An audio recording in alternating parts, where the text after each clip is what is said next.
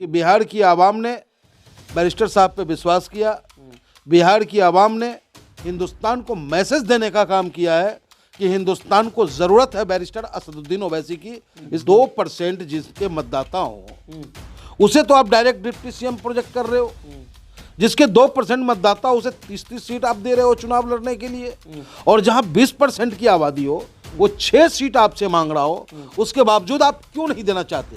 इसलिए है पड़ोस के उत्तर प्रदेश वालों, आने वाले बंगाल के चुनाव में बंगाली भाइयों, पतंग के ही बटन को दबाना यही तुम्हारी रहनुमाई कर सकता है। यही सीटें ऐसी थी जहां पे असदुद्दीन ओवैसी की पार्टी ने डेंट लगाया महागठबंधन को। आप लोग तो मुस्लिम करके भाई एनडीए वालों को एकजुट कर दिए। आप मुस्लिम चिल्लाइएगा तो वो हिंदू चिल्लाएंगे।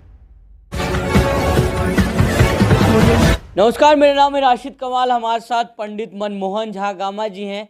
इनसे चर्चा कर लेंगे जिस तरह से जो बिहार चुनाव का जो परिणाम आया उसके बाद से एमआईएम ने जहां 5 सीटें जीती, वहीं जो महागठबंधन का जो बुरा हाल हो गया। तमाम लोग जो कह रहे हैं कि कुछ सीटें ऐसी थी जहां पे असदुद्दीन ओवैसी की पार्टी ने डेंट लगाया महागठबंधन को, और वहां पे बहुत कम मार्जिन से जो है महागठबंधन ने कुछ सीटें हारी। एमआईएम ने बहुत अच्छा परफॉर्मेंस किया। तो इन तमाम मुद्दों पर चर्चा कर लेते। पंडित जी, बहुत बहुत मुबारकबाद, आप बिहार में थे, क्या कुछ कहना चाहेंगे? पहली प्रतिक्रिया क्या है, इतनी बम्पर जीत आप लोगों को मिली है? बिहार के मतदाताओं को नमस्कार, आदाब, सत श्री अकाल। बहुत बहुत धन्यवाद जो आपने बैरिस्टर असदुद्दीन ओवैसी साहब पे अपना विश्वास जताया। क्या कुछ कहना चाहेंगे? लेकिन कहा जा रहा है कि आप लोग की वजह से महागठबंधन को डेंट लगा है। देखिए, अब मेरी हिम्मत का चर्चा गैर की महफिल में है। अब वो भी गाना गाने लगे हैं जो कल तक हमें 6 सीट का आदमी नहीं समझते थे। वो भी गाना गाने लगे हैं जो हमारे विधायक को खरीद लिया करते थे। तो अब लोग क्या कह रहे हैं उससे हमारे सेहत पे फर्क नहीं पड़ रहा। हम तो इसलिए मस्त है कि बिहार की आवाम ने बैरिस्टर साहब पे विश्वास किया। बिहार की आवाम ने हिंदुस्तान को मैसेज देने का काम किया है कि हिंदुस्तान को ज़रूरत है बैरिस्टर असदुद्दीन ओवैसी की। इसलिए है पड़ोस के उत्तर प्रदेश वालों, आने वाले बंगाल के चुनाव में बंगाली भाइयों, पतंग के ही बटन को दबाना यही तुम्हारी रहनुमाई कर सकता है। यही तुम्हारी आवाज़ को बुलंद कर सकता है। गरीब और मजदूर, अल्पसंख्यक, दलितों की सबकी आवाज़ को लेकर चल सकता है। तो आप लोग तो मुस्लिम करके भाई एनडीए वालों को एकजुट कर दिए। आप मुस्लिम चिल्लाइएगा तो वो हिंदू चिल्लाएंगे। फिर कहाँ ये है? आप भी वही है, बीजेपी वही हुई, एमआईएम वही हुई। देखिए, हम में और भारतीय जनता पार्टी में बहुत फर्क है। भारतीय जनता पार्टी नफरत बेचती है, एक फर्जी मोहब्बत की दुकान को लेके चलता है। और यहाँ दिल खोल करके मोहब्बत करने की दुकान है।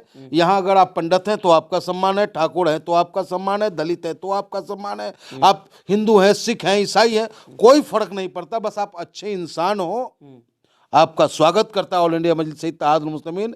लेकिन बिहार में जो नफरती सरकार बनी है, सांप्रदायिक सरकार बनी है, मैं उसे भी बधाई देता हूं क्योंकि जनता ने उसे वोट दिया है। लेकिन उस सरकार की कुर्सी तक पहुंचाने में महत्वपूर्ण भूमिका किसने निभाया? तो वो राहुल एंड तेजस्वी कंपनी। अरे लोग तो कह रहे हैं कि भाई आप उधर मुकेश सहनी कह रहे थे कि मल्लाह का बेटा सीएम बनेगा, तो आपके असदुद्दीन ओवैसी कह रहे हैं कि भाई आदम का बेटा सीएम क्यों नहीं बन सकता है? तो भाई आप मुसलमानों को जोड़ेंगे तो हिंदू तो एक होंगे ही ना। अरे भाई साहब, क्या गलत बोला यार, कमाल कर रहे हो। जहां राजनीति में, लोकतंत्र में साफ कहा जाता है ना कि जिसकी जितनी भागीदारी उसकी उतनी हिस्सेदारी। तो भाई अपने हिस्से की मांग करना गुनाह है क्या? अपने हिस्से की बात करना, अपने अधिकार की बात करना। आर्टिकल 25 में बाबा साहब भीमराव अंबेडकर ने हमें वो अधिकार दिया है ना साहब।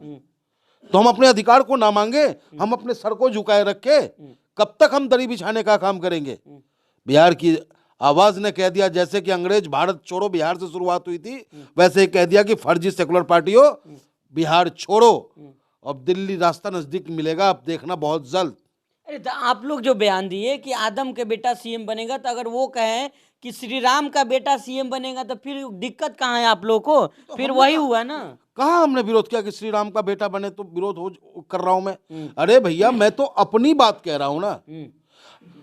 हक की बात होगी नहीं होगी? 2% जिसके मतदाता हों उसे तो आप डायरेक्ट डिप्टी सीएम प्रोजेक्ट कर रहे हो। जिसके 2% मतदाता उसे 30-30 सीट आप दे रहे हो चुनाव लड़ने के लिए। और जहां 20% की आबादी हो वो 6 सीट आपसे मांग रहा हो, उसके बावजूद आप क्यों नहीं देना चाहते? क्या आप नहीं चाहते कि मुसलमानों का कोई लीडरशिप खड़ा हो? क्या आप सिर्फ मुसलमान बाहुबली ही बनाना चाहते हैं ताकि जब जी में आए आप उसका शिकार कर लो? बाहुबली बना करके, बाहुबली लीडर बना करके, दबंग लीडर बना करके आप फिर उसका शिकार कर लो और अच्छे नेतृत्व को नेतृत्व नहीं देना चाहते हो? तो आपके ये मल्लाह का बेटा से दिक्कत था आपको? हमें मल्लाह के बेटा आज बनता हो, कल बन जाए वो सीएम पीएम बन जाए भैया।